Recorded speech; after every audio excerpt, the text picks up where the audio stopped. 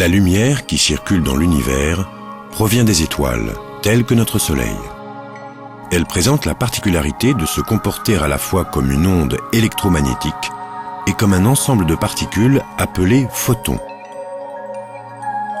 À l'image des rides qui ondulent sur une eau calme, les oscillations des champs électriques et magnétiques qui composent la lumière peuvent être détectées depuis leur point d'origine. La lumière se propage dans le vide à une vitesse constante pendant des centaines, des milliers, voire des millions d'années avant d'arriver jusqu'à nous. Il existe des étoiles lointaines dans l'univers dont la lumière met plusieurs milliards d'années pour nous atteindre.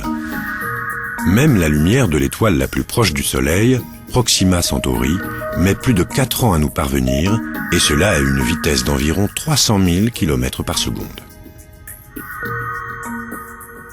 La lumière est perçue par notre œil qui fonctionne comme un appareil photo avec une lentille et une pupille contrôlant la quantité de lumière absorbée. Cependant, notre œil n'est pas assez sensible pour observer directement les sources de lumière lointaines. Pour mieux scruter le ciel, Galilée a mis au point la lunette astronomique en 1609. Basée sur le principe de la réfraction, ces lunettes courbaient les rayons parallèles de la lumière en leur faisant traverser une première lentille de verre, puis converger vers un point focal principal. Les images étaient ensuite grossies grâce à une deuxième lentille qui servait d'oculaire. Ces premiers télescopes réfracteurs ne captaient pas plus de lumière que les jumelles actuelles. Pour voir plus loin, les lentilles de ces télescopes devaient être plus grandes. Toutefois, elles ne pouvaient dépasser une certaine taille. En effet, les lentilles mesurant plus d'1 mètre de diamètre enregistrent une distorsion qui se répercute ensuite sur l'image. Les télescopes réfracteurs ont donc été supplantés par les télescopes réflecteurs.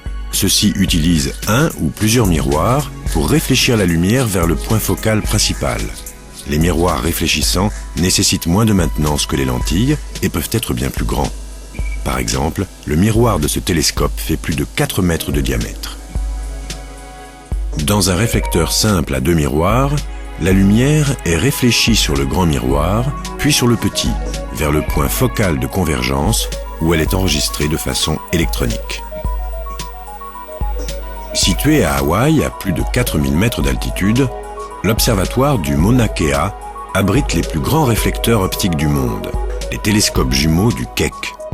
Leur miroir principal de 9,82 m de diamètre est constitué de 36 segments individuels qui peuvent s'orienter pour s'adapter aux changements dans l'atmosphère terrestre. Les télescopes actuels permettent de capter la lumière émise par des sources situées à plusieurs milliards d'années-lumière, offrant ainsi des images de l'univers lorsqu'il était encore jeune.